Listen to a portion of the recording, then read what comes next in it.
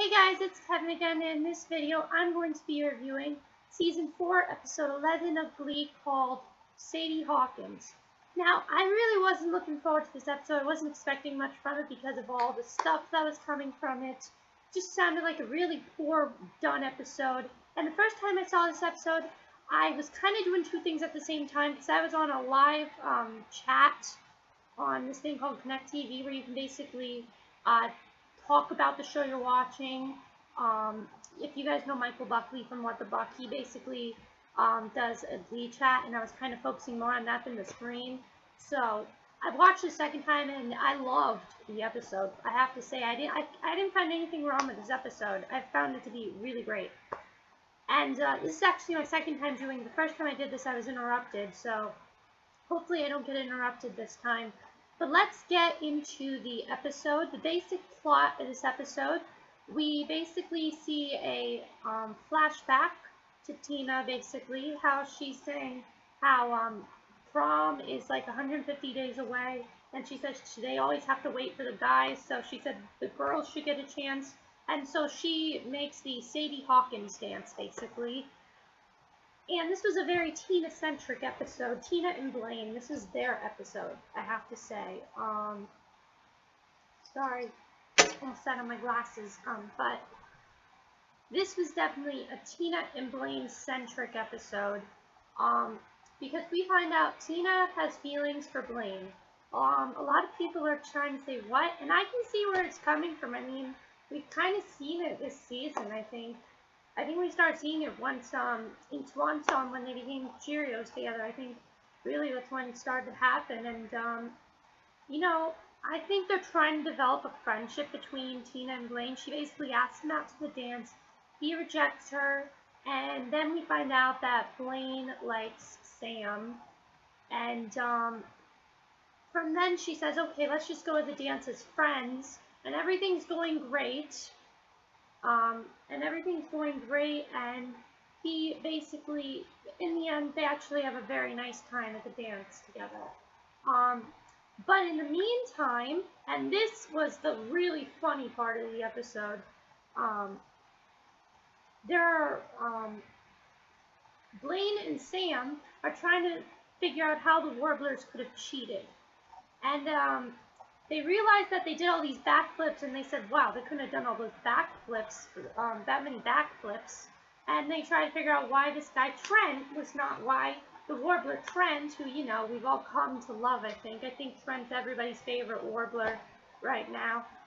But how Trent was not in the Warblers at the performance. They said, how was he there the whole time, and then suddenly when sectionals came, he wasn't there. So they tried to figure it out, and they realized that the Warblers used steroids.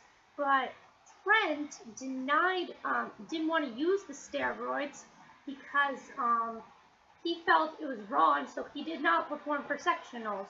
So in the end, we find out that basically the Warblers cheated at sectionals with doing drugs, and I gotta say, that whole scene when we saw Hunter going crazy, that was hilarious. But what I did like before this was we got to see the Glee Club traveling. We got to see their journey, and I'm really loving we're seeing the Glee Club's journey as underdogs again. This episode, like, one of the big themes of this episode was going from zero to hero. And I think that was, like, the big theme of this episode. There were so many people in this episode that went from horrible to great in this episode. So you see the Glee Club basically traveling around places, and you see Finn, how he says he has to come up with an assignment every week. They're getting tired of it. You saw them going to the science room and the locker room. I really liked seeing that. I really was hoping they'd do this for a couple of episodes, but I'm glad that we got to see them travel, because I thought it was interesting to see the Glee Club in different settings. So what else happened? Oh yeah, there's also, now we're going to go to what I thought was most shocking about this episode, Jake, Marley, Kitty, and Puck. This is a huge block. basically, Marley doesn't feel like Jake is being faithful to her. She feels like he's just going to go off to some other girl and she blames herself for fainting on stage. But Brittany tries to help her, and I love the part where Brittany's like, usually the music starts when I either say it's Brittany bitch, or I do one of my magical turnarounds. I thought that was hilarious. This episode was really funny. And in the end, she ends up asking Jake out to the dance, but as soon as she does that, Kitty gets extremely angry, and she basically prompts Jake and she basically gives Jake an offer that Marley couldn't have given her. This kind of reminds me what happened when Finn liked Rachel in season 1, when Finn liked Rachel and Santana offered to give him sex. This was kind of like the same thing, except I felt this was a little bit different. It was handled a little bit differently.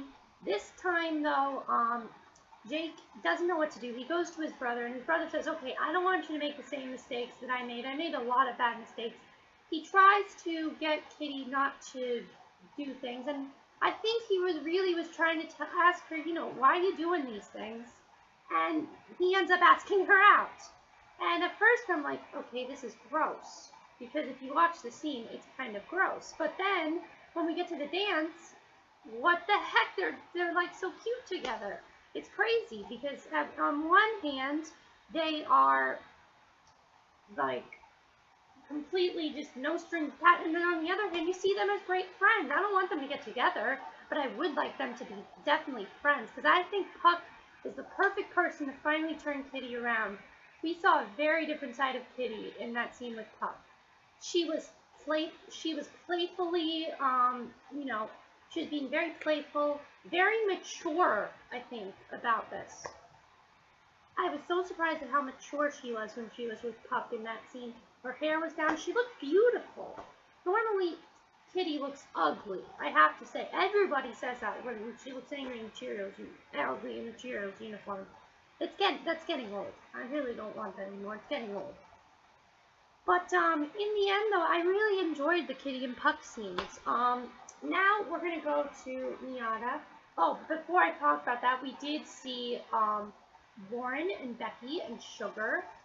And what we saw from them was and Dottie too. Looks like Dottie is now going to be a really great recurring character. She's really great. But I think that this was really funny, because basically what happened was they don't have a date to the dance. They end up getting dates to the dance, and it all goes well for them, and it was really fun. Now let's go to NYADA. At first, I didn't like this NYADA plot. But rewatching the episode, I really loved it. So it starts out with her basically saying, he's having a horrible time at NYADA because Rachel is now with Brody, and because of this, she is doing all these things for him, and she can't really set some time for Kurt. So Kurt's kind of just third wheel right now, which he doesn't want to be, and so he tries to basically put himself out there, and he's thinking of joining Adam's Apples. But Rachel's like, oh, no, this is a terrible idea. And she basically tells him how if he's in the show choir, that this is not going to be good for him. If he wants to be on Broadway, he's going to end up being in the chorus for the rest of his life, basically. And I really like the advice she gave him, but I feel like at the same time, she kind of made him a little bit more wanting to do it. I feel like if she hadn't said that, maybe he wouldn't have done it. But from then on in, though, he goes to Adam and basically says, oh no, I'm not going to do this. And Adam ends up letting him do this. And I actually really like this character, Adam, but I will get to something in a minute. So we see this guy, Adam, and they sing that song, Baby Got Back, which was just funny. I feel like it was funny. It was supposed to be funny. It was supposed to be stupid. Because I think it was just supposed to be silly. And it was silly. It's a silly song. At first I'm like, this is terrible. But now looking back on it, I think it's just silly. And so in the end, though, Kurt basically goes to Rachel, secretly telling her that he likes Adam. And she says, you got to put yourself out there. This was the theme of the NYADA plot, was putting yourself out there and seizing the day. That's what Rachel basically says. you gotta seize the day. She's hoping that one day he and whoever he ends up with, her and Brody, can double date and they'll all live in the same apartment together and have a nice time together. And I really liked her advice on how, you gotta find what else is out there for you. I really like that advice. And in the end, he ends up asking out Adam. And he accepts. So where do I think this is gonna go?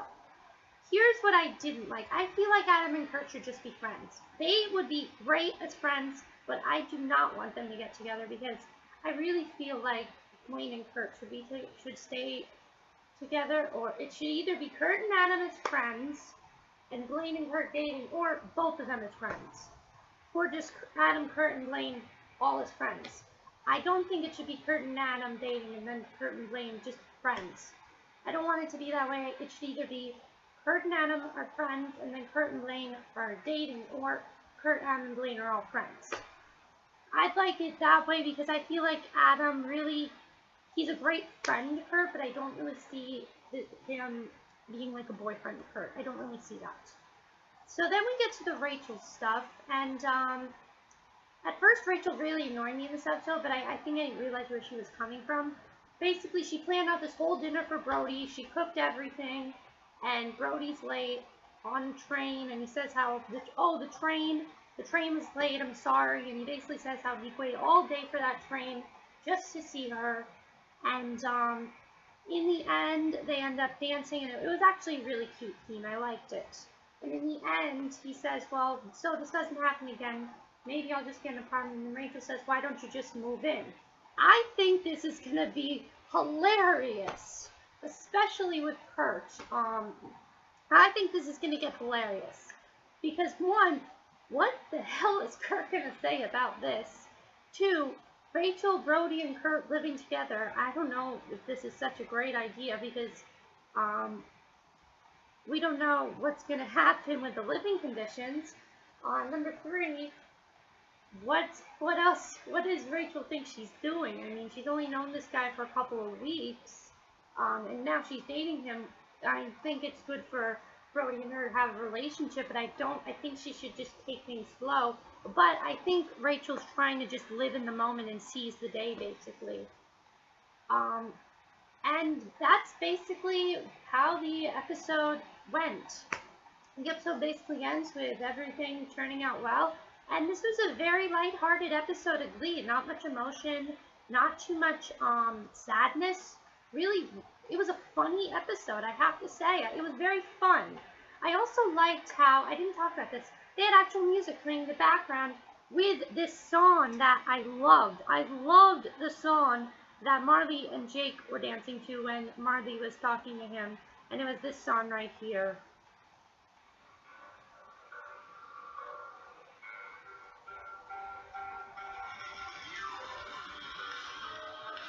It was this song right here. They were dancing to this. I already downloaded it. I had a really nice day today.